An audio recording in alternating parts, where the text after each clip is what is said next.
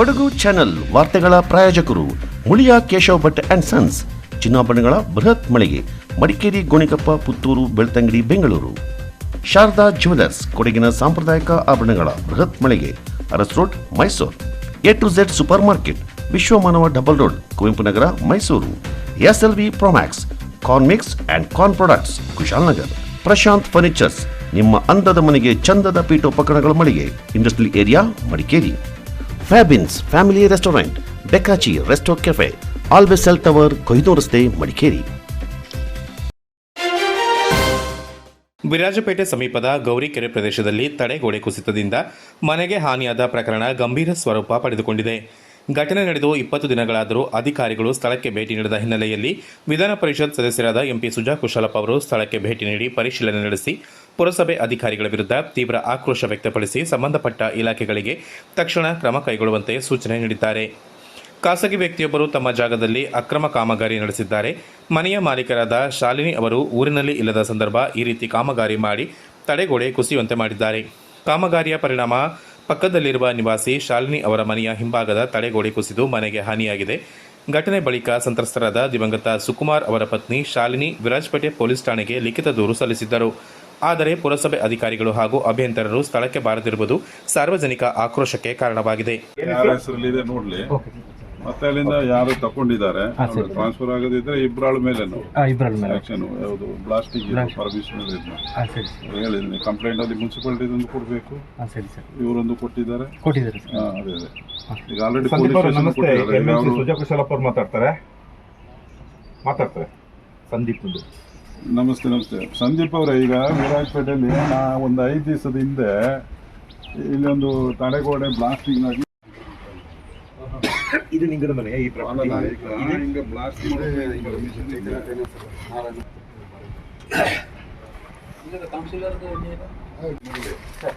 ನಿನ್ನ ನಂಬರ್ ಎಷ್ಟು ಹೇಳು?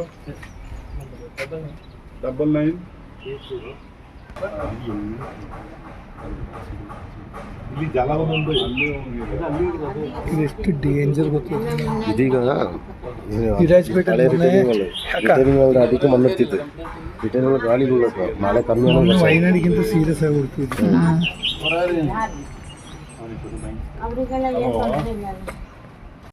ಈ ಬ್ಲಾಸ್ಟಿಂಗ್ ಐತಿ ಗೌರಿಕೆದಲ್ಲಿ ಇದಾಗ್ತಲ್ಲ, ಗೋಡೆಗಿದೆಲ್ಲ ಕುಸಿತಲ್ಲ, ಎಂತ ಮಾಡಿದ್ದಾರೆ ಪ್ರೊಸೀಜರ್?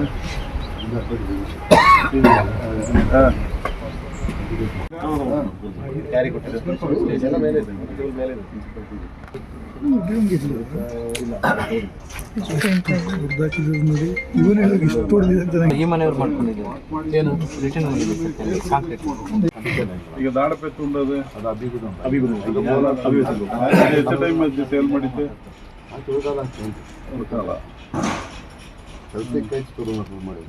ಅಲ್ಲಲ್ಲ, ಡಾಕ್ಯುಮೆಂಟ್ ದಾಡ ಮೇಲೆಲ್ಲ ಹೆಂಗಡ ಮೇಲೆ ಕೇಸಪ್ಪ, ಕಡು ತಗೊಂಡ ಮೇಲೆ ಕೇಸ್ ಇದಪ್ಪ. ಅದಕ್ಕೆ ಎಲ್ಲಿ ಉಳ್ಳವ ಮುಖೇಶ್ ಎಲ್ಲಿ ಉಳ್ಳ ಅಂದ್ರೆ ಮುಖೇಶ್ ಗೊತ್ತುಂಟ ರಘುಣೆ ಮತ್ತೆ ಈ ಮುಖೇಶ್ ಪ್ರವೀಣ್. ಈಗ ನೀವು ಕಂಪ್ಲೇಂಟ್ ಕೊಟ್ಟಿದ್ದೀರಾ?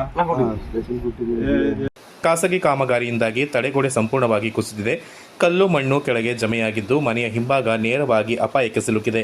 ಮುಂದೆ ಮಳೆ ಬಂದರೆ ಮನೆ ಕುಸಿದು ಕೆಳಗೆ ಬೀಳುವ ಹಂತದಲ್ಲಿದೆ. ಯಾವುದೇ ಪರವಾನಗಿ ತೆಗೆದುಕೊಳ್ಳದೆ ಸ್ಥಳದ ಮಾಲೀಕರು ಅಕ್ರಮವಾಗಿ ಯಂತ್ರಗಳ ಮೂಲಕ ಬರೆ ಕೊರೆದ ಪರಿಣಾಮ ಸ್ಥಳದಲ್ಲಿ ನೀರು ತುಂಬಿಕೊಂಡು ಕೆರೆಯಾಗಿ ಮಾರ್ಪಾಡಾಗಿದೆ. ಮನೆಯ ತಡೆಗೋಡೆ ಕುಸಿತಗೊಂಡು ಮಣ್ಣು ಸಡಿಲಗೊಂಡಿದೆ. ಇನ್ನೂ ಹೆಚ್ಚು ಮಳೆಯಾದಲ್ಲಿ ಮನೆ ಸಂಪೂರ್ಣವಾಗಿ ಕುಸಿದು ಬೀಳಲಿದೆ. ಇದರಿಂದ ಜೀವಹಾನಿ ಸಂಭವಿಸುವುದು ಖಚಿತ. ಅಕ್ಕಪಕ್ಕ ತುಂಬ ಮನೆಗಳಿದ್ದು ಅದಕ್ಕೂ ಸಮಸ್ಯೆಯಾಗಲಿದೆ. ಇದರಿಂದ ಸ್ಥಳೀಯರು ಆತಂಕಗೊಂಡಿದ್ದಾರೆ. MLC ಸುಜಾ ಕುಶಾಲಪ್ಪ ಅವರು ಸ್ಥಳ ಪರಿಶೀಲಿಸಿ ಮಾತನಾಡಿ, ಮುಂದಿನ ದಿನಗಳಲ್ಲಿ ಮಳೆ ಜೋರಾಗಿ ಬಂದರೆ ಅಪಾಯ ಕಟ್ಟಿಟ್ಟ ಬುತ್ತಿ. ಮನೆಯ ಮಾಲೀಕರು 6 ತಿಂಗಳು ಊರಲ್ಲಿ ಇಲ್ಲದ ಸಂದರ್ಭ ಅಕ್ರಮವಾಗಿ ಬಂಡೆಗಳನ್ನು ಸ್ಫೋಟಿಸಿದ್ದಾರೆ. ಇದರಿಂದ 2 ಮನೆಗಳಿಗೆ ಹಾನಿಯಾಗಿದೆ. ಇದರಿಂದ ಮನೆಯ ಮಾಲೀಕರು ಕಂಪ್ಲೇಂಟ್ ಮಾಡಿದ್ದಾರೆ. ಆದರೆ ಯಾವುದೇ ಅಧಿಕಾರಿಗಳು ಸ್ಥಳಕ್ಕೆ ಭೇಟಿ ನೀಡಿ ಪರಿಶೀಲನೆ ಮಾಡಿಲ್ಲ. ಇದಕ್ಕೆ ಸಂಬಂಧಪಟ್ಟ ಅಧಿಕಾರಿಗಳಿಗೆ ಕರೆ ಮಾಡಿ ಕ್ರಮ ತೆಗೆದುಕೊಳ್ಳುವಂತೆ ಸೂಚನೆ ನೀಡಿದ್ದೇನೆ. ಅಧಿಕಾರಿಗಳು ಕೂಡಲೇ ಕಾನೂನು ರೀತಿಯ ಕ್ರಮ ತೆಗೆದುಕೊಳ್ಳಬೇಕೆಂದು ಎಚ್ಚರಿಸಿದ್ದಾರೆ. ಈ ಕುರಿತು ಗಣಿ ಮತ್ತು ಭೂವಿಜ್ಞಾನ ಇಲಾಖೆ ಅಧಿಕಾರಿಗಳಿಗೆ ತಕ್ಷಣ ಸ್ಥಳ ಪರಿಶೀಲಿಸಿ ವರದಿ ಸಲ್ಲಿಸುವಂತೆ ಮತ್ತು ವಿರಾಜಪೇಟೆ ತಹಶೀಲ್ದಾರ್ ಅವರಿಗೆ ಸಂತ್ರಸ್ತ ಕುಟುಂಬದ ಸಮಸ್ಯೆಗಳ ಬಗ್ಗೆ ಮಾಹಿತಿ ನೀಡಿ ಕ್ರಮಕ್ಕೆ ಸೂಚಿಸಿದ್ದಾರೆ. ಮನೆಯ ಸುತ್ತಮುತ್ತಲಲ್ಲಿ ಇಲೀಗಲ್ ಆಗಿ ಬ್ಲಾಸ್ಟ್ ಮಾಡಿದ್ದಾರೆ. ಬ್ಲಾಸ್ಟ್ ಮಾಡಿ ಯಾರು ಮನೆಯವರ ಮಾಲೀಕರು ಇಲ್ಲಿ ಇರಲಿಲ್ಲ, ಅವರ ಹೊರಗಡೆ ಹೋಗಿದ್ದರು. 2 ತಿಂಗಳು 6 ತಿಂಗಳು ಹೊರಗಡೆ ಇದ್ದರು. ಆ ಟೈಮಲ್ಲಿ ಪಕ್ಕದ ಮನೆಯವರು ಯಾವುದು ಇಲೀಗಲ್ ಆಗಿ ಕಲ್ಲು ಬ್ಲಾಸ್ಟ್ ಮಾಡಿ ಕಿವಿದು ಇವತ್ತು ಮನೆಗೆ 2 ಮನೆಗೆ ಡ್ಯಾಮೇಜ್ ಆಗಿದೆ. ಡ್ಯಾಮೇಜ್ ಆಗಿದ್ದನ್ನು ಯಾಕೆ ಅಂತ ಹೇಳಿದ್ರೆ ಅಧಿಕಾರಿಗಳು ಬಂದು ಇವರು ಖುದ್ದು ಕಂಪ್ಲೇಂಟ್ ಕೊಟ್ಟಿದ್ರು ಸಹ ಅಧಿಕಾರಿಗಳು ಇನ್ನೂ ಅದರ ಕಾನೂನು ಕ್ರಮ ತಗೊಳ್ಳಿಲ್ಲ. ಅದಕ್ಕಾಗಿ ಇವತ್ತು ನಾನು ಖುದ್ದು ಪರಿಶೀಲನೆ ಮಾಡಿ ಮೇನ್ಸ್ ಅವರು ಬಂದು ರಿಪೋರ್ಟ್ ಮಾಡಿ ಅವರ ಮೇಲೆ ಕಾನೂನು ಕೇಸ್ ರಿಜಿಸ್ಟರ್ ಆಗಿ ಕಾನೂನು ರೀತಿಯಲ್ಲಿ ಅವರಿಗೆ ಏನು ನ್ಯಾಯ ಕೊಡಿಸ್ಬೇಕು ಅಂತೇಳಿ ನಾನು ಅಧಿಕಾರಿಗಳಿಗೆ ನಿರ್ದೇಶನ ನೀಡ್ತೇನೆ.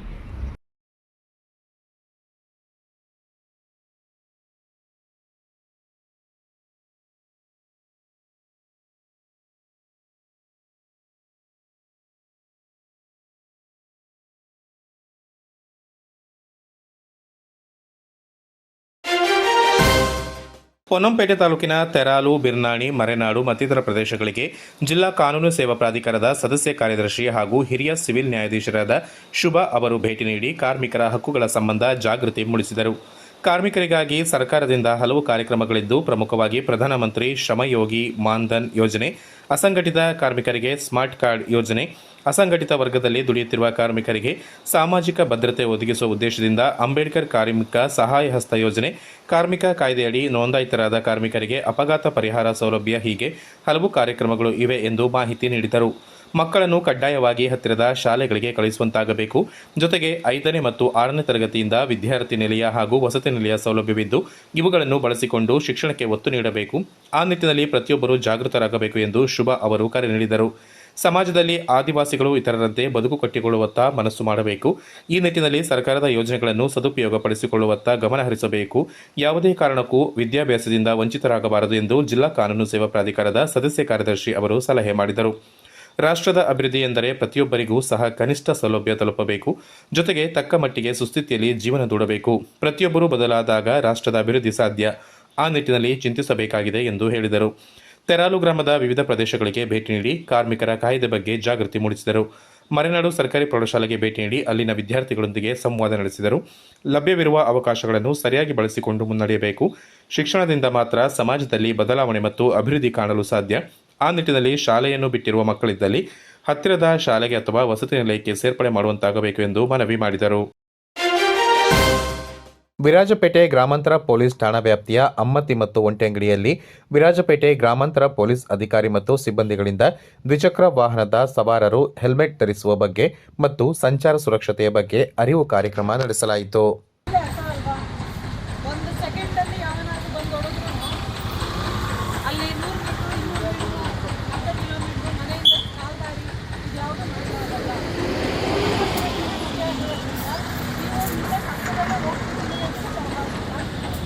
ಗಾಡಿಗಳನ್ನ ಓಡಿಸ್ಬೇಕಿದ್ರೆ ಬರೀ ನಾವು ಕರೆಕ್ಟಾಗಿ ಹೋಗ್ತೀವಿ ಅನ್ನೋದು ಮಾತ್ರ ಇಂಪಾರ್ಟೆಂಟ್ ಆಗಿರಲ್ಲ.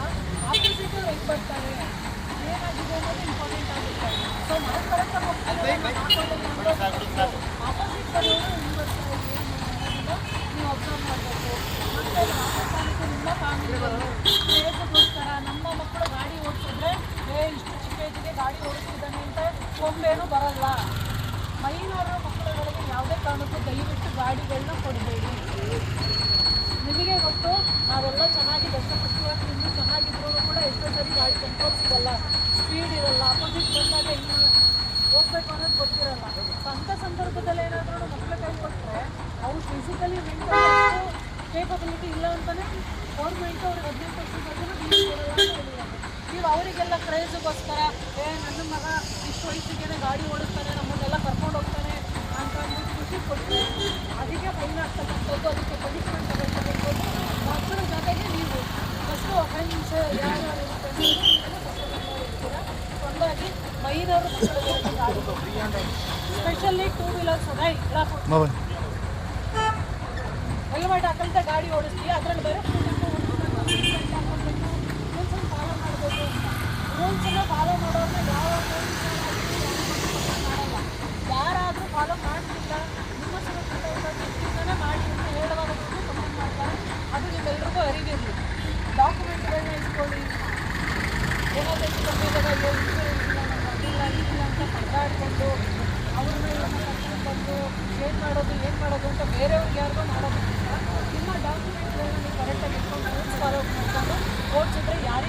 ತೊಂದರೆ ಆಗಲ್ಲ. ದಯವಿಟ್ಟು ನಿಮ್ಮ ಹೆಲ್ಮೆಟ್ ಹಾಕೊಳ್ಳಿ, ಡಾಕ್ಯುಮೆಂಟ್ ಇಟ್ಕೊಳ್ಳಿ, ಗಾಡಿಗೆ ಏನು ಅವಶ್ಯಕತೆ ಇದೆಲ್ಲ ಯೂನಿಫಾರ್ಮ್ ವೇರ್ ಮಾಡಿ, ನಿಮಗೆ ರೂಲ್ಸನ್ನು ಫಾಲೋ ಮಾಡ್ಕೊಳ್ಳಿ. ನೀವು ರೂಲ್ಸನ್ನು ಫಾಲೋ ಮಾಡಿದ್ರೆ ನಿಮ್ಮಂಥವ್ರನ್ನ 4 ಜನ ಓಡಾಡೋರು, ಗಾಡಿ ಓಡಿಸೋರು, ಅವರು ನಿಮ್ಮನ್ನು ನೋಡಿ ಎಷ್ಟು ಕಲಿತಾ ಹೋಗ್ತಾರೆ. ಹಂಗಾಗಿ ದಯವಿಟ್ಟು ಯಾರೂ ಕೂಡ without helmet, without document, without rules ಯಾರೂ ಕೂಡ ನಿಮ್ಮ ಒಂದು ಕರ್ತವ್ಯಕ್ಕೆ ಹೋಗುವಂಥದ್ದು ಬೇಡ. 2 ನಿಮಿಷ ಲೇಟ್ ಆಗುತ್ತಾ, 2 ನಿಮಿಷದಲ್ಲಿ ಏನು ತೊಂದರೆ ಆಗಲ್ಲ. ಗಾಡಿ 2 ನಿಮಿಷ ನಮ್ಗೆ ಯಾವುದೇ ರೀತಿ ಇವನ್ ಆ 2 ನಿಮಿಷದಲ್ಲಿ ಕೆಲವೊಂದು ಸಾರಿ ನಿಮ್ಮಿಂದ ಬೇರೆ ಜೀವಗಳು ಉಳಿತವೆ. ಸೊ ಅದನ್ನು ದಯವಿಟ್ಟು ಎಲ್ಲರೂ ಅರ್ಥ ಮಾಡಿಕೊಂಡು ನಿಮ್ಮ ಒಂದು ಸೇಫ್ಟಿಗೋಸ್ಕರ ಹೆಲ್ಮೆಟ್ ಹಾಕೊಳ್ಳಿ. ಮಕ್ಕಳುಗಳು ಇದ್ದರೆ, ಚಿಕ್ಕ ಮಗು ಅಲ್ವಾ, ಮುಂದೆಗಡೆ ಕೂಡಿಸ್ಕೊತೀನಿ ನಾನು ಹೆಲ್ಮೆಟ್ ಹಾಕಲ್ಲ, ಆ ಥರದ್ದು ದಯವಿಟ್ಟು ಮಾಡಬೇಡಿ. ಚಿಕ್ಕ ಮಕ್ಕಳು ನಮಗಿಂತ ಸೂಕ್ಷ್ಮ ಇರುತ್ತೆ. ಆ ಮಕ್ಕಳುಗಳಿಗೆ ನಾವು ಮುಂದೆ ಗಾಡಿಯಲ್ಲಿ ಕೂಡಿಸ್ಕೊಂಡು ನಿಲ್ಲಿಸ್ಕೊಂಡು ಹೋಗೋಂಥ ಟೈಮಲ್ಲಿ ಗೊತ್ತಿರಲ್ಲ, ಮಕ್ಕಳು ಆ ಸೀಟಲ್ಲಿ ಏನು ನೋಡಬೇಕು ಅಂತ ಸಡನ್ನಾಗಿ ಟರ್ನ್ ಆದಾಗ ಗಾಡಿ ಬ್ಯಾಲೆನ್ಸ್ ಸಿಗಲ್ಲ, ಈ ಥರದ್ದೆಲ್ಲ ಆಗುತ್ತೆ. ಮಕ್ಕಳನ್ನ ಕರ್ಕೊಂಡು ಹೋಗ್ತಿದ್ದೀರಾ ಇವಾಗ, ಅದಕ್ಕೆ ಏನು ಸುರಕ್ಷಿತ ಕ್ರಮವಾಗಿ ಬೇಕು ಅದನ್ನು ದಯವಿಟ್ಟು ಮಕ್ಕಳಿಗೂ ಕೂಡ ನೀವು ಅಳವಡಿಸ್ಕೊಳ್ಳಿ. ಮಕ್ಕಳಿದ್ದಾವೆ ಅಂದರೆ ಚಿಕ್ಕದು ಈಗ ಚೈಲ್ಡ್ ಹೆಲ್ಮೆಟ್ಗಳೆಲ್ಲ ಬಂದಿದ್ದಾವೆ. ಸೊ ಅಂಥ ಹೆಲ್ಮೆಟ್ಗಳನ್ನ ತಗೊಳ್ಳಿ. ಮಕ್ಕಳಿಗೂ ಕೂಡ ಸೇಫ್ಟಿ ಹೇಗೆ ನಾವು ಮಾಡ್ಕೊಂಡು ಹೋಗ್ಬೋದು ಅದನ್ನು ಮಕ್ಕಳಿಗೆ ಚೈಲ್ಡ್ ಸೀಟ್ಸ್ ಅಂತ ಬರುತ್ತೆ, ಅದನ್ನು ಇನ್ಸ್ಟಾಲ್ ಮಾಡಿಕೊಂಡು ಮಕ್ಕಳಿಗೆ ಕೂಡ ಸೇಫಾಗಿ ನೀವು ಒಬ್ಬರೇ ಇರೋಂಥ ಡ್ರೈವರ್ ಒಬ್ಬರೇ ಇರ್ತಾರೆ, ಮಕ್ಕಳು ನೀವು ಸಡನ್ ಬ್ರೇಕ್ ಹಾಕ್ತೀವಿ ಮುಂದೆಗಡೆ ಏನಾದರೂ ನೋಡಿದ್ರೆ ಆವಾಗಲೂ ಕೂಡ ಪ್ರಾಬ್ಲಮ್ ಆಗುತ್ತೆ. ಸೊ ಇಂಥದ್ದು ನಿಮ್ಮ ಏನೇನು ಬೇಕು ಅದನ್ನೆಲ್ಲ ದಯವಿಟ್ಟು ಎಲ್ಲ ಮಾಡಿಕೊಂಡು ಟ್ರಾಫಿಕ್ ರೂಲ್ಸನ್ನು ಫಾಲೋ ಮಾಡಿ. ಎಲ್ಲ ಇರ್ತಕ್ಕಂಥದ್ದು ನಿಮಗೋಸ್ಕರ, ನಿಮ್ಮ ಜೀವನಕ್ಕೋಸ್ಕರ. ಯಾವುದೇ ಸರ್ಕಾರದ ಪೊಲೀಸ್ ಹೋಗೋದಿಲ್ಲ. ಸೊ ನಿಮ್ಮದೇನಿದೆ ಅದನ್ನು ನಿಮ್ಮ ಸೇಫ್ಟಿಗೆ ಫಾಲೋ ಮಾಡಿ. ಜನರಿಂದ ಖಾಸಗಿ ಬ್ಯಾಂಕ್ ಖಾತೆಗಳನ್ನು ತೆರೆಸಿ ಆ ಬ್ಯಾಂಕ್ ಖಾತೆಗಳನ್ನು ಸ್ವತಃ ನಿರ್ವಹಣೆ ಮಾಡಿ ಸೈಬರ್ ವಂಚನೆಗೆ ಬಳಸುತ್ತಿದ್ದ ಆರೋಪಿಯನ್ನು ಕೊಡಗು ಜಿಲ್ಲಾ ಸೈಬರ್ ಕ್ರೈಂ ಪೊಲೀಸರು ಬಂಧಿಸಿದ್ದಾರೆ. ಯಸಳೂರು ಸಮೀಪದ ಈಚಲಬೀಡು ಗ್ರಾಮದ ಕರಣ್ ಎಂಬಾತನೇ ಬಂಧಿತ ಆರೋಪಿ. ವಿವಿಧ ಖಾತೆಗಳಲ್ಲಿ ಸುಮಾರು 35 ಲಕ್ಷ ರೂಪಾಯಿಗೂ ಅಧಿಕ ವ್ಯವಹಾರ ನಡೆದಿರುವುದು ಪೊಲೀಸ್ ತನಿಖೆಯಲ್ಲಿ ಬೆಳಕಿಗೆ ಬಂದಿದೆ. ವಿದ್ಯಾರ್ಥಿ ವೇತನ, ಮನೆ ಸಾಲ ಮುಂತಾದ ಕಾರಣಗಳನ್ನು ಹೇಳಿ ಜನರಿಂದ ಖಾಸಗಿ ಬ್ಯಾಂಕ್ಗಳಲ್ಲಿ ಖಾತೆಗಳನ್ನು ತೆರೆಸಿ ಬಳಿಕ ಆ ಖಾತೆಗಳನ್ನು ನಿರ್ವಹಣೆ ಮಾಡುತ್ತಾ ಸೈಬರ್ ವಂಚನೆಗೆ ಬಳಸಲಾಗುತ್ತಿರುವ ಕುರಿತು ಕೊಡಗು ಜಿಲ್ಲಾ ಪೊಲೀಸ್ ಸೈಬರ್ ಕ್ರೈಂ ಠಾಣೆಯಲ್ಲಿ ಜೂನ್ 13ರಂದು ಪ್ರಕರಣ ದಾಖಲಾಗಿತ್ತು. ಪ್ರಾಥಮಿಕ ತನಿಖೆಯಲ್ಲಿ ಸದರಿ ಖಾತೆಗಳಲ್ಲಿ 35 ಲಕ್ಷ ರೂಪಾಯಿಗೂ ಹೆಚ್ಚು ಹಣದ ವ್ಯವಹಾರ ನಡೆದಿರುವುದು ಕಂಡುಬಂದಿದೆ ಎಂದು ಪೊಲೀಸರು ತಿಳಿಸಿದ್ದಾರೆ. ಇದೀಗ ಆರೋಪಿಯನ್ನು ನ್ಯಾಯಾಂಗ ವಶಕ್ಕೆ ಒಪ್ಪಿಸಲಾಗಿದೆ. ಸಾರ್ವಜನಿಕರು ತಮ್ಮ ಬ್ಯಾಂಕ್ ಖಾತೆ, ಎಟಿಎಂ ಕಾರ್ಡ್, ಚೆಕ್ ಬುಕ್ ಅನ್ನು ಇತರರಿಗೆ ನೀಡಬಾರದು. ಹೀಗೆ ನೀಡಿದ ಖಾತೆಗಳನ್ನು ಕಾನೂನು ಬಾಹಿರ ಚಟುವಟಿಕೆಗೆ ಬಳಸಿದರೆ ಖಾತೆದಾರರ ಮೇಲೆಯೂ ಕಾನೂನು ಕ್ರಮ ಕೈಗೊಳ್ಳಲಾಗುವುದು ಎಂದು ಪೊಲೀಸ್ ಇಲಾಖೆ ಎಚ್ಚರಿಸಿದೆ. 100% ಫಲಿತಾಂಶ ಕೊಟ್ಟ ಶಿಕ್ಷಕರಿಗೆ, ವಿದ್ಯಾರ್ಥಿಗಳಿಗೆ ದಲಿತ ಸಂಘರ್ಷ ಸಮಿತಿ ವತಿಯಿಂದ ಸನ್ಮಾನ. ಕರ್ನಾಟಕ ದಲಿತ ಸಂಘರ್ಷ ಸಮಿತಿ ಕೊಡಗು ಜಿಲ್ಲೆಯ ವತಿಯಿಂದ ಪ್ರತಿ ವರ್ಷದಂತೆ 2025-26ನೇ ಸಾಲಿನಲ್ಲಿ 100% ಫಲಿತಾಂಶ ಬರಲು ಕಾರಣಕರ್ತರಾದ ಹಾಕತೂರು ಪ್ರೌಢಶಾಲೆಯ ಶಿಕ್ಷಕರಿಗೆ ಹಾಗೂ ಅತಿ ಹೆಚ್ಚು ಅಂಕ ಪಡೆದ ವಿದ್ಯಾರ್ಥಿಗಳಿಗೆ ಸನ್ಮಾನ ಸಮಾರಂಭವನ್ನು ಆಯೋಜಿಸಲಾಗಿತ್ತು. ಕಾರ್ಯಕ್ರಮದ ಉದ್ಘಾಟನೆಯನ್ನು ಮಡಿಕೇರಿ ತಾಲೂಕು ಕಗ್ಗೋಡ್ಲು ಗ್ರಾಮದ ದಾನಿಗಳು ಹಾಗೂ ಸಮಾಜ ಸೇವಕರಾದ ಶ್ರೀಮತಿ ದಂಬೆಕೋಡಿ ಕವನ ಭೀಷ್ಮ ಅವರು ದೀಪ ಬೆಳಗಿಸುವುದರ ಮೂಲಕ ಉದ್ಘಾಟಿಸಿದರು. ಈ ಸಂದರ್ಭ ಮಾತನಾಡಿದ ಅವರು, ಹಾಕತ್ತೂರು ಪ್ರೌಢಶಾಲೆಯಲ್ಲಿ ನಿರಂತರವಾಗಿ 7 ವರ್ಷದಿಂದ 100% ಫಲಿತಾಂಶ ಬರುತ್ತಿರುವುದರ ಜೊತೆಗೆ ಮಕ್ಕಳು ಸಹ ಒಳ್ಳೆಯ ಅಂಕವನ್ನು ಪಡೆಯುತ್ತಿರುವುದು ತುಂಬಾ ಸಂತೋಷದ ವಿಷಯ. ವಿದ್ಯಾರ್ಥಿಗಳು 10ನೇ ತರಗತಿಯಲ್ಲಿ ಉತ್ತಮ ಅಂಕವನ್ನು ಪಡೆದರೆ ಮಾತ್ರ ಮುಂದಿನ ಶೈಕ್ಷಣಿಕ ಭವಿಷ್ಯ ಉಜ್ವಲವಾಗಿರುತ್ತದೆ ಎಂದರು.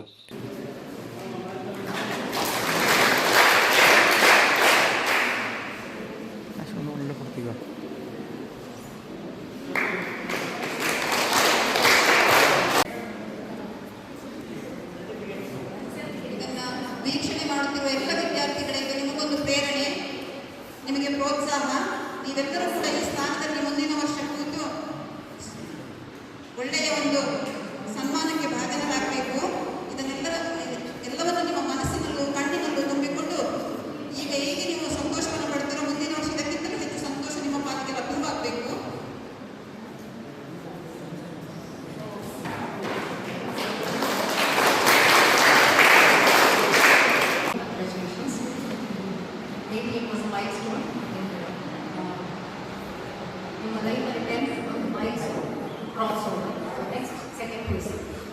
ಟೆಂತಲ್ಲಿ ಯಾವಾಗಲೂ ಒಳ್ಳೆ ಮಾರ್ಕ್ಸ್ ತಗೊಳ್ಳೇಬೇಕು ಎಲ್ಲವನ್ನೂ ಕೂಡ. ನೆಕ್ಸ್ಟ್ 8, 9 ನಿಮ್ಮ ಎಫರ್ಟ್ಸ್ ಸ್ಟಡೀಸಲ್ಲಿ ಇರಲೇಬೇಕು. ಮಕ್ಕಳಿಗೆ ಇರೋದು ಜಸ್ಟ್ ಈಗ ಓದೋದು ಮಾತ್ರ. ಸೊ ಓದೋದನ್ನು ಚೆನ್ನಾಗಿ ಮಾಡಿ, ಆಟ ಆಡಿ, ಎಲ್ಲದರಲ್ಲೂ ಇಂಪಾರ್ಟೆಂಟ್ ಸ್ಟಡೀಸ್. ಸೊ 10th ಯಾವಾಗಲೂ ಒಳ್ಳೆ ಮಾರ್ಕ್ಸ್ ತಗೊಳ್ಳೇಬೇಕು ಮಕ್ಕಳಿಗೆ. ಅಂದರೆ ಮಾತ್ರ ನಿಮಗೆ ನೆಕ್ಸ್ಟ್ ಒಳ್ಳೆ ಕಾಲೇಜಿಗೆ ಹೋಗಲಿಕ್ಕೆ ಸಾಧ್ಯ ಆಗುತ್ತೆ. ಮತ್ತು ನಿಮ್ಮಂಥ ಮಕ್ಕಳಿಗೆ ಯಾವಾಗಲೂ ಗೌರ್ಮೆಂಟಿಂದ ಫೆಸಿಲಿಟೀಸ್ ಜಾಸ್ತಿ ಇರೋದ್ರಿಂದ ಅದನ್ನು ನೀವು ಕರೆಕ್ಟಾಗಿ ಅದನ್ನು ಫೆಸಿಲಿಟೀಸ್ನ ನೀವು ಉಪಯೋಗ ಮಾಡಿಕೊಳ್ಬೇಕು. So all the best 9th ಮಕ್ಕಳಿಗೆ ಈ ವರ್ಷ ಸ್ಟಡಿ ವೆಲ್. ಕಾರ್ಯಕ್ರಮದಲ್ಲಿ ಮುಖ್ಯ ಭಾಷಣಕಾರರಾಗಿ ಆಗಮಿಸಿದ ಕನ್ನಡ ಸಾಹಿತ್ಯ ಪರಿಷತ್ತಿನ ಮಾಜಿ ಅಧ್ಯಕ್ಷ ಟಿಪಿ ರಮೇಶ್ ಮಾತನಾಡಿ, ವಿದ್ಯಾರ್ಥಿಗಳು ನೀವು ಓದಿದ ಶಾಲೆಯನ್ನು ಉನ್ನತ ಮಟ್ಟಕ್ಕೆ ಕೊಂಡೊಯ್ಯಲು ನಿಮ್ಮೆಲ್ಲರ ಸಹಕಾರ ಅಗತ್ಯವಾಗಿರುತ್ತದೆ ಎಂದರು. ಕೊಡಗಿನಲ್ಲಿ ಸುಮಾರು 7 ವರ್ಷಗಳಿಂದ ಹಲವಾರು ಸರ್ಕಾರಿ ಶಾಲೆಗಳಲ್ಲಿ 10ನೇ ತರಗತಿಯಲ್ಲಿ 100% ಫಲಿತಾಂಶ ಬಂದಿದ್ದು, ಇದಕ್ಕೆ ಕಾರಣರಾದ ಎಲ್ಲ ಶಿಕ್ಷಕರಿಗೆ ಧನ್ಯವಾದಗಳನ್ನು ತಿಳಿಸಿದರು. ನೀವೆಲ್ಲ ವಿದ್ಯಾರ್ಥಿಗಳಾಗಿದ್ದೀರಿ, ನಾವೆಲ್ಲ ಮಾತುಗಾರರಾಗಿದ್ದೀವಿ, ವಿಷಯ ತಿಳಿದವರಾಗಿದ್ದೀವಿ, ಮಾತಾಡೋರಾಗಿದ್ದೀವಿ. ಮಕ್ಕಳು ನೀವು ಮಾತಾಡೋ ಕಾಲ ಬರ್ತದಲ್ಲ. ಒಂದೊಂದು ದಿನ ಪ್ರೌಢ ಶಿಕ್ಷಣ ಆದ ನಂತರ, ಪದವಿ ಪಡೆದ ನಂತರ, ಅದಕ್ಕಿಂತ ಉನ್ನತ ಶಿಕ್ಷಣ ಆದ ಮೇಲೆ ಒಂದು ದಿವಸ ಊರಿಗೆ ಬರುವಾಗ ನಾನು ಓದಿದ ಶಾಲೆ ಏನು ಅಂತ ಹೇಳ್ತೀರೇನು? ಹೇಳ್ತೀರಲ್ವಾ? ಯಾಕಂದರೆ ತನ್ನ ಊರಿನಲ್ಲಿ ನನಗೆ ಪ್ರಾಥಮಿಕ ಶಿಕ್ಷಣವನ್ನು ಕಲಿಸಿ ಬೆಳೆಸಿ ಯೋಗ್ಯ ವಿದ್ಯಾರ್ಥಿಯನ್ನು ಬೆಳೆಸಿರ್ತಕ್ಕಂಥ ಕೀರ್ತಿಗೆ ಈ ಶಾಲೆ ಎಲ್ಲ ಕಾಲದಲ್ಲೂ ಪಾತ್ರರಾಗಿರ್ತದೆ. ಹಾಗಾಗಿ ಶಾಲೆಯ ಕೀರ್ತಿಯನ್ನು ಇನ್ನಷ್ಟು ಉನ್ನತ ಮಟ್ಟಕ್ಕೆ ಏರಿಸಿಕೊಳ್ಳಬೇಕಾದ್ರೆ ಆ ಶಾಲೆಯ ಹಳೆಯ ವಿದ್ಯಾರ್ಥಿಗಳು ಎಲ್ಲ ಕಾಲದಲ್ಲೂ ಕೂಡ ಈ ಶಾಲೆಯ ಬಗ್ಗೆ ಗಮನ ಇಟ್ಕೊಳ್ಬೇಕು. SSLC ಆದಮೇಲೆ ಈ ಶಾಲೆಯಿಂದ ನೀವೆಲ್ಲ ಹೊರ ಹೋಗ್ತೀರಿ. ಮುಂದಕ್ಕೆ PUC ಪದವಿಯನ್ನು ಪಡೆದಾದ ಮೇಲೆ ನಾನು ಪ್ರಾಥಮಿಕ ಶಿಕ್ಷಣವನ್ನು ಪ್ರೌಢ ಶಿಕ್ಷಣವನ್ನು ಕಲಿಸಿರ್ತಕ್ಕಂಥ ಶಾಲೆಗೆ ಒಂದ್ಸತಿ ಹೋಗಿ ಬರೋಣ ಅಂತೇಳಿ ಸಂಪರ್ಕನ ಇಟ್ಕೊಳ್ಬೇಕು. ಆ ಸಂಪರ್ಕದ ಮೂಲಕ ಒಳ್ಳೆಯ ಒಂದು ವಿದ್ಯಾರ್ಥಿ ಜೀವನವನ್ನು ಕಂಡುಕೊಂಡು ಹೋಗಬೇಕು. ಇವತ್ತು ಕೊಡಗು ಜಿಲ್ಲೆಯಲ್ಲಿ ನಾನು ಕಂಡುಕೊಂಡು ಬಂದಿದ್ದೀನಿ. ಕಳೆದ ಒಂದು 7-8 ವರ್ಷಗಳಿಂದ SSLC ಫಲಿತಾಂಶ ಈ ಜಿಲ್ಲೆಯಲ್ಲಿ ಸರ್ಕಾರಿ ಶಾಲೆಗಳಲ್ಲಿ ಅತಿ ಹೆಚ್ಚಿನ ಫಲಿತಾಂಶ ಬರ್ತಕ್ಕಂಥದ್ದನ್ನು ಈ ಕೊಡಗು ಜಿಲ್ಲೆಯಲ್ಲಿ ಒಂದು ಹೊಸ ಪರಿಣಾಮವಾಗಿ ಇವತ್ತು ನಾನು ನೋಡ್ತಾ ಇದ್ದೇನೆ. ಬರೀ ಖಾಸಗಿ ಶಾಲೆಗಳು, ಇಂಗ್ಲಿಷ್ ಮೀಡಿಯಂ ಶಾಲೆಗಳು, ಅಲ್ಲಿ ಓದಿದ್ರೆ ಮಾತ್ರ ವಿದ್ಯಾರ್ಥಿಗಳು, ಅಲ್ಲಿ ಓದಿದವರೆಲ್ಲ. ಮತ್ತೋರ್ವ ಅತಿಥಿ ಕೊಡಗು ಜಿಲ್ಲಾ ASP ದಿನೇಶ್ ಕುಮಾರ್ ಮಾತನಾಡಿ, ಮಕ್ಕಳು ಯಾವುದೇ ಮಾದಕ ವಸ್ತುಗಳನ್ನು ಸೇವಿಸಬಾರದು, ಉತ್ತಮವಾದ ವಿದ್ಯಾಭ್ಯಾಸ ಪಡೆದು ಸರ್ಕಾರಿ ಉದ್ಯೋಗವನ್ನು ಪಡೆದು ನಿಮ್ಮ ತಂದೆ ತಾಯಿ ಮತ್ತು ವಿದ್ಯೆ ಕಲಿಸಿದ ಗುರುಗಳಿಗೆ ಒಳ್ಳೆಯ ಹೆಸರನ್ನು ತರಬೇಕು. ತಂದೆ ತಾಯಿಯರು ತಮ್ಮ 18 ವರ್ಷ ಒಳಗಿನ ಮಕ್ಕಳಿಗೆ ವಾಹನವನ್ನು ಓಡಿಸಲು ಅವಕಾಶ ಕೊಡಬಾರದು ಎಂದರು.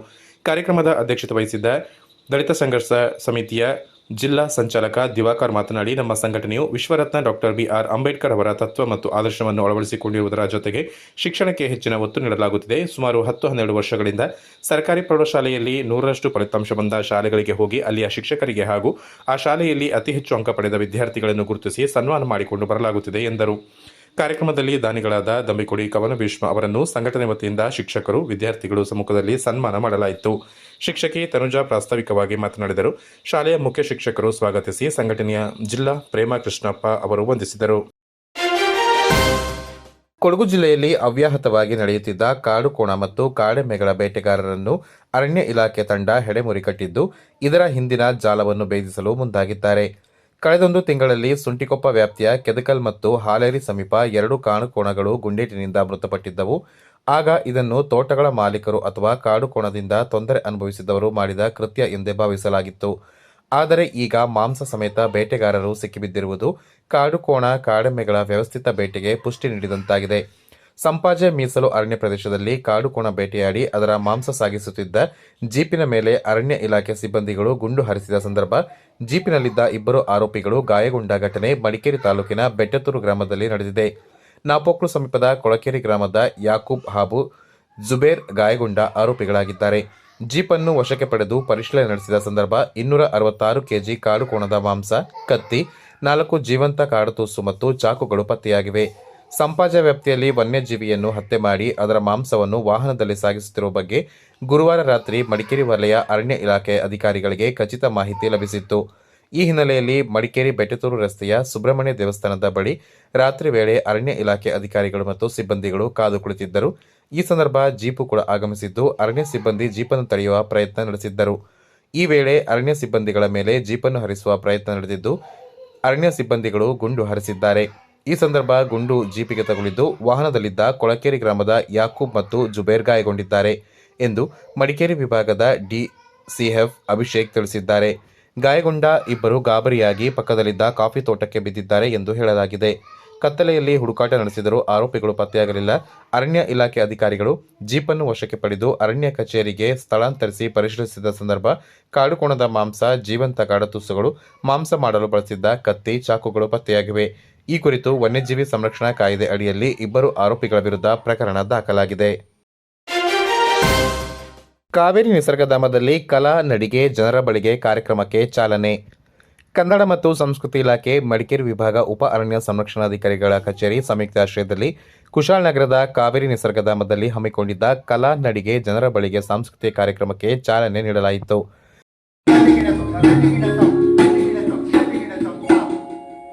ಧನ್ಯವಾದಗಳು.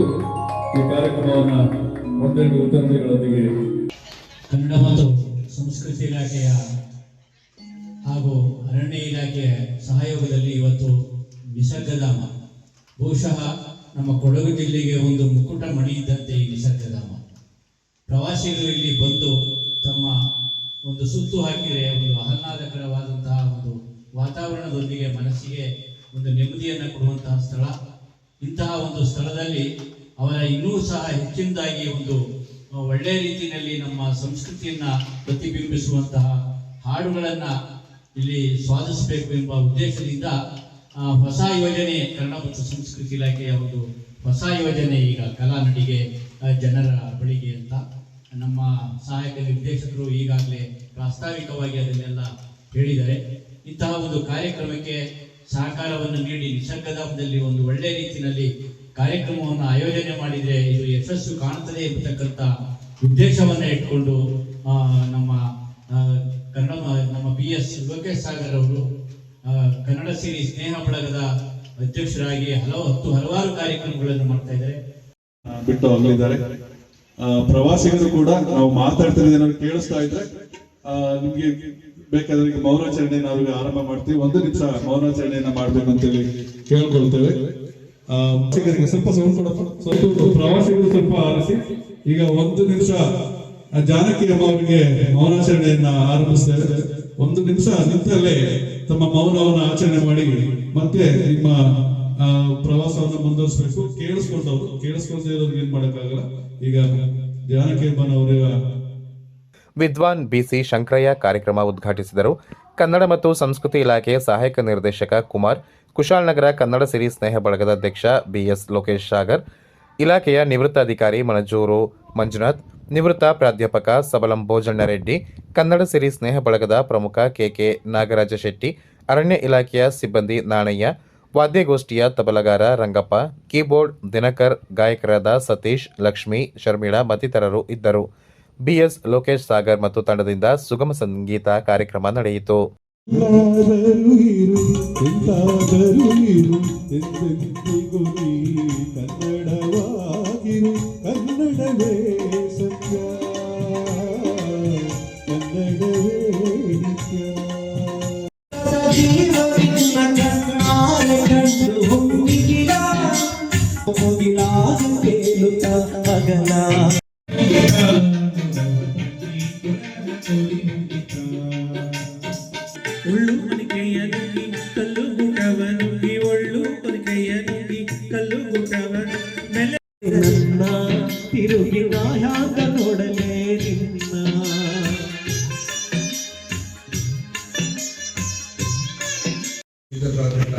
ಎಸ್ ಜಾನಕಿಯವರಾಗಿರ್ಬೋದು, ಇಂಥವರ ಕಂಠದ ದನಿಯನ್ನ ಕೇಳಿದ ತಕ್ಷಣ ಎಂಥ ಒಂದು ಪ್ರಾಣಿ ಪಕ್ಷಿಗಳು ಕೂಡ ಅದಕ್ಕೆ ತಲೆದೂಗ್ತವೆ ಅನ್ನುವಂಥ ರೀತಿಯಲ್ಲಿ ಈ ಪ್ರಕೃತಿಯಲ್ಲಿ ಎಲ್ಲವೂ ಕೂಡ ಲೀನವಾಗ್ತವೆ, ಎಲ್ಲವೂ ಕೂಡ ಆಸ್ವಾದಿಸ್ತವೆ.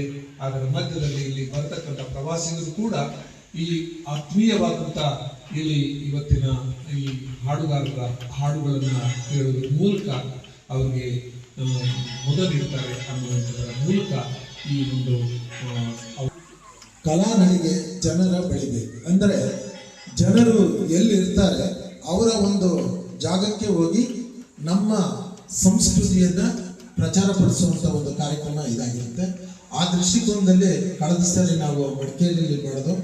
ಈಗ ಎರಡನೇದಾಗಿ ನಮ್ಮ ಲೋಕೇಶ್ ಸಾಗರ್ ಅವರ ತಂಡ ಮತ್ತು ಅವರ ಸಂಪೂರ್ಣ ಸಹಕಾರ ತಗೊಂಡು ಇವತ್ತು ಈ ನಿಸರ್ಗಧಾಮದಲ್ಲಿ ಮಾಡ್ತಾ ಇದ್ವಿ.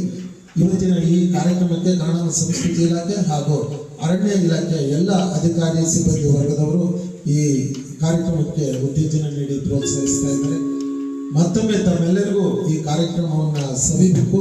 ನೀವು ಎಲ್ಲೆಲ್ಲಿ ಇರ್ತೀರೋ ಅಲ್ಲಿ ಈ ಒಂದು ಸಂಸ್ಕೃತಿಯ ಸ್ವಾದವನ್ನು ಅನುಭವಿಸಬೇಕು ಅಂತ ನಾನು ಬಹಳ ವಿನಯದಿಂದ ತಮ್ಮಲ್ಲಿ ಕೇಳ್ಕೊಳ್ತಾ,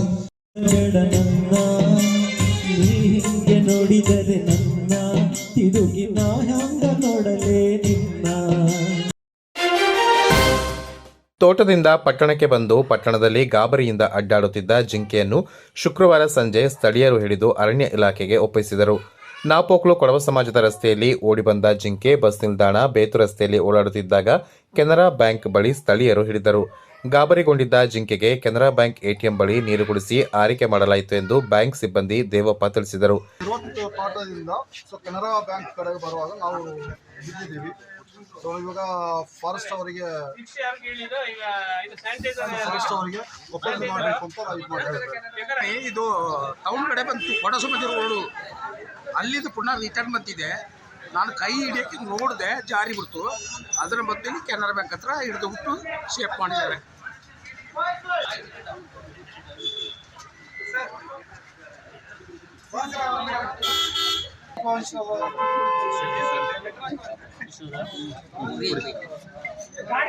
ಜಿಂಕೆಗೆ ಶುಶ್ರೂಷೆ ಮಾಡಿದ ಬಳಿಕ ಪೊಲೀಸ್ ಠಾಣೆ ಹಾಗೂ ಅರಣ್ಯ ಇಲಾಖೆಗೆ ಮಾಹಿತಿ ನೀಡಿದ್ದು ಜಿಂಕೆಯನ್ನು ಅರಣ್ಯ ಇಲಾಖೆ ಸುಪರ್ದಿಗೆ ಒಪ್ಪಿಸಲಾಯಿತು. ಸಂಜೆಯ ವೇಳೆ ತಲಕಾವೇರಿಯಲ್ಲಿ ಅರಣ್ಯ ಇಲಾಖೆ ಸಿಬ್ಬಂದಿಗಳು ಜಿಂಕೆಯನ್ನು ಕಾಡಿಗೆ ಬಿಟ್ಟರು. 3, 2, 1 ಈ ದಿನ ನಾಪೋಕ್ಲು ಗ್ರಾಮದಲ್ಲಿ ಬೇತು ಮುಖ್ಯ ರಸ್ತೆಯ ಕೆನರಾ ಬ್ಯಾಂಕ್ ಸಮೀಪದ ಹತ್ತಿರ ಸಾರ್ವಜನಿಕರಿಗೆ ಸಿಕ್ಕಂಥ ಹೆಣ್ಣು ಚಿಕ್ಕೆ ಜಿಂಕೆ ಮರಿಯನ್ನು ಅರಣ್ಯ ಇಲಾಖೆಯ ವಶಕ್ಕೆ ಪಡೆಯಲಾಗಿರುತ್ತದೆ. ಸದರಿ ಜಿಂಕೆಯು ಆರೋಗ್ಯವಾಗಿದ್ದು ಮೇಲಾಧಿಕಾರಿಗಳ ಸೂಚನೆಯಂತೆ ಸದರಿ ಜಿಂಕೆಯನ್ನು ತಲಕಾವೇರಿ ವನ್ಯಜೀವಿ ಅರಣ್ಯ ಪ್ರದೇಶಕ್ಕೆ ಸುರಕ್ಷಿತವಾಗಿ ಬಿಡಲಾಗಿರುತ್ತದೆ.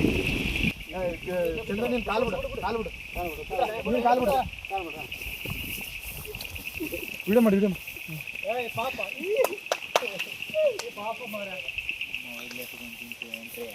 ಅಲ್ಲಿ ನೋಡು ನಿಂತೈತೆ, ಅಲ್ಲಿ ನಿಂತೈತೆ. ಏ ಸರಿ ಅಲ್ಲಿ ಮುಂದಿನ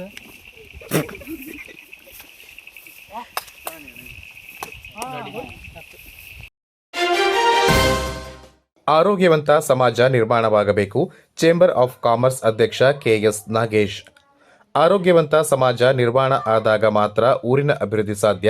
ಜನರ ಆರೋಗ್ಯದ ಬಗ್ಗೆ ಕಾಳಜಿ ವಹಿಸಿ ಕುಶಾಲನಗರದ ಫಾತಿಮಾ ಕಾನ್ವೆಂಟ್ ಆಡಳಿತ ಮಂಡಳಿ ಅದ್ಭುತ ಸೇವಾ ಕಾರ್ಯದಲ್ಲಿ ತೊಡಗಿಕೊಂಡಿದೆ ಎಂದು ಕುಶಾಲನಗರ ಚೇಂಬರ್ ಆಫ್ ಕಾಮರ್ಸ್ ಮತ್ತು ಇಂಡಸ್ಟ್ರೀಸ್ನ ಅಧ್ಯಕ್ಷ ಕೆಎಸ್ ನಾಗೇಶ್ ತಿಳಿಸಿದರು. ಕುಶಾಲನಗರದ ಫಾತಿಮಾ ಕಾನ್ವೆಂಟ್ನ ತನ್ನ 50ನೇ ವರ್ಷವನ್ನು ಸುವರ್ಣ ಸಂಭ್ರಮದ ಹೆಸರಿನಲ್ಲಿ ಶಾಲೆಯ ವಿದ್ಯಾರ್ಥಿಗಳು ಹಾಗೂ ಪಾಲಕರಿಗೆ ಶನಿವಾರ ವೈದ್ಯಕೀಯ ತಪಾಸಣಾ ಶಿಬಿರದಲ್ಲಿ ಮುಖ್ಯ ಅತಿಥಿಯಾಗಿ ಭಾಗವಹಿಸಿ ಮಾತನಾಡಿದ ಅವರು, ಒಂದು ಶಾಲೆ ಕೇವಲ ಶಿಕ್ಷಣಕ್ಕೆ ಮಾತ್ರ ಸೀಮಿತವಾಗದೆ ಸಮಾಜಮುಖಿ ಕೆಲಸಗಳಲ್ಲಿ ತೊಡಗಿಸಿಕೊಂಡಿರುವುದು ಶ್ಲಾಘನೀಯ. ಇಂತಹ ಶಿಬಿರಗಳಿಂದ ಸಮಾಜದಲ್ಲಿ ಪೋಷಕರಲ್ಲಿ ಆರೋಗ್ಯದ ಬಗ್ಗೆ ಜಾಗೃತಿ ಮೂಡುತ್ತದೆ. ಆರೋಗ್ಯ ಶಿಬಿರದ ಜೊತೆಗೆ ರಕ್ತದಾನ ಶಿಬಿರವನ್ನು ಏರ್ಪಡಿಸಿ ಅತ್ಯಂತ ಪುಣ್ಯದ ಕೆಲಸ ಮಾಡುತ್ತಿದೆ ಎಂದು ತಿಳಿಸಿದರು. ಯಾಕೆಂದ್ರೆ ಅವರು ನಾನು ಕೇಳಿರುವ ಮಟ್ಟಿಗೆ ಬಹಳ ಅದ್ಭುತವಾದ ಮಾತುಗಾರ. ಅವರ ಮೋಟಿವೇಶನ್ ಆ ಮಟ್ಟಕ್ಕೆ ವೈದ್ಯರು, ಆ ವೈದ್ಯರ ಸಲಹೆಯನ್ನ ಬಹಳ ಅಚ್ಚುಕಟ್ಟಾಗಿ ಪಾಲಿಸಿಕೊಂಡು ಅಚ್ಚುಕಟ್ಟಾಗಿ ನಾವು ನಮ್ಮ ಜೀವನದಲ್ಲಿ ಅಳವಡಿಸಿಕೊಂಡಿದ್ದೇ ಆದ್ರೆ ನಾವು ನಮ್ಮ ಆರೋಗ್ಯವನ್ನ ಕಾಪಾಡಿಕೊಳ್ಳೋ ನಿಟ್ಟಿನಲ್ಲಿ ಸಹಕಾರಿ ಆಗುತ್ತೆ ಅಂತ ಹೇಳ್ತಾ ಎಲ್ರಿಗೂ ಈ ಒಂದು ತಲೆ ಸುತ್ತು ಬರ್ತದ ನನಗೆ ಅಂಥದ್ದು ಏನೇ ಡೌಟ್ಸ್ ಇದ್ರು ಕ್ಲಿಯರ್. ಸಾಯಿನು ನಾನು ಕೊಟ್ಟಿದ್ದೇನೆ ಆಲ್ರೆಡಿ, ನಂದು positive, I already donated. So ಯಾರು ಇದ್ದೀರಾ ಡೌಟಲ್ಲಿ ಇದ್ದೀರಾ ಪ್ಲೀಸ್ ಗೋ ಹೆಡ್. ಏನಾದರೂ ನಿಮಗೆ ತಲೆ ಸುತ್ತು ಆ ಥರ ಇದ್ದಾರೆ ಉಂಟು ಅಂತ ಅಂದರೆ ಅಟೆಂಡ್ ಮಾಡಿದ್ರೆ ಡಾಕ್ಟರ್ಸೇ ಇದ್ದಾರೆ. So get your health checkup done, donate blood. ವೈದ್ಯಕೀಯ ತಪಾಸಣಾ ಶಿಬಿರವನ್ನು ಉದ್ಘಾಟಿಸಿದ ಸೆಂಟ್ ಸೆಬಾಸ್ಟಿನ್ ಚರ್ಚ್ನ ಫಾದರ್ ಜ್ಞಾನಪ್ರಕಾಶ್, ಶಿಕ್ಷಣ ಸಂಸ್ಥೆಗಳ ಮೂಲಕ ಪುಟಾಣಿ ಮಕ್ಕಳಲ್ಲಿ ಉತ್ತಮ ಸಂಸ್ಕಾರ ಮೂಡಿಸಲು ಇಂತಹ ಶಿಬಿರಗಳಿಂದ ಸಾಧ್ಯ. ಫಾತಿಮಾ ಕಾನ್ವೆಂಟ್ ಶಾಲೆಯ ಶಿಕ್ಷಕ ವೃಂದ ಅತ್ಯುನ್ನತ ಸೇವೆ ನೀಡುತ್ತಾ ಬಂದಿರುವುದನ್ನು ಕೇಳಿದ್ದೇವೆ. ಇಲ್ಲಿ ಓದಿದ ಬಹಳಷ್ಟು ವಿದ್ಯಾರ್ಥಿಗಳು ಅತ್ಯುತ್ತಮ ಸ್ಥಾನದಲ್ಲಿದ್ದಾರೆ. ಮುಂದಿನ ದಿನಗಳಲ್ಲಿ ಇದು ದುಪ್ಪಟ್ಟು ಆಗಲಿ ಎಂದು ಆಶಿಸಿದರು.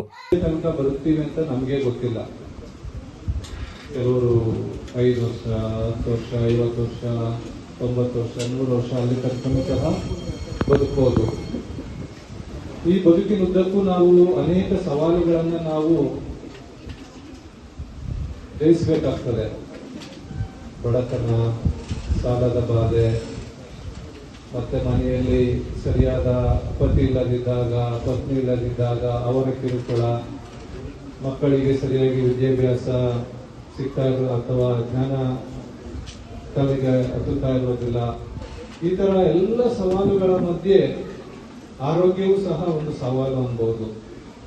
ಕೆಲವು ಸಲ ಆರೋಗ್ಯ ಸರಿ ಇರೋದಿಲ್ಲ, ನಿದ್ರೆ ಬರೋದಿಲ್ಲ, ಸಕ್ಕರೆ ಕಾಯಿಲೆ, ರಕ್ತದೊತ್ತಡ, ಮೂತ್ರಪಿಂಡದ ಒಂದು ನ್ಯೂನ್ಯತೆ, ಮತ್ತೆ ಹೃದಯ ಸ್ತಂಭನ, ಈ ತರದ ಎಲ್ಲ ಸವಾಲುಗಳನ್ನ ಮನುಷ್ಯ ಜಯಿಸಿಕೊಂಡು ಹೋಗ್ಬೇಕಾಗ್ತದೆ.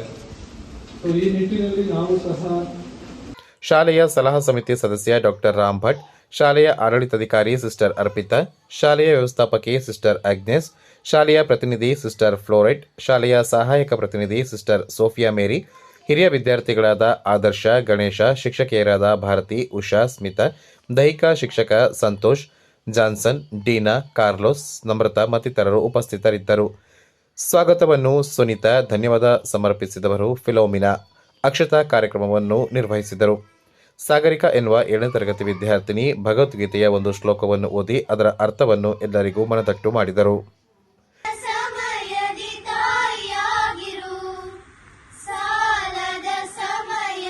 For your encouraging words. I gladly welcome media representative Chandra Mohan. Welcome you, sir. We capture the spirit of today's medical camp. On behalf of our institutions, I extend my heartfelt gratitude to everyone who contributed in making this camp a great success. First and foremost, my sincere thanks to the management, Sister Kodagu ವೈದ್ಯಕೀಯ ಕಾಲೇಜಿನ doctor Chetan, doctor ಕಾವ್ಯ, ಕೊಡಗು ರಕ್ತನಿಧಿ ಕೇಂದ್ರದ ವೈದ್ಯ doctor Karumbaiah ಮತ್ತಿತರರು ಇದೇ ಸಂದರ್ಭ ಉಪಸ್ಥಿತರಿದ್ದರು.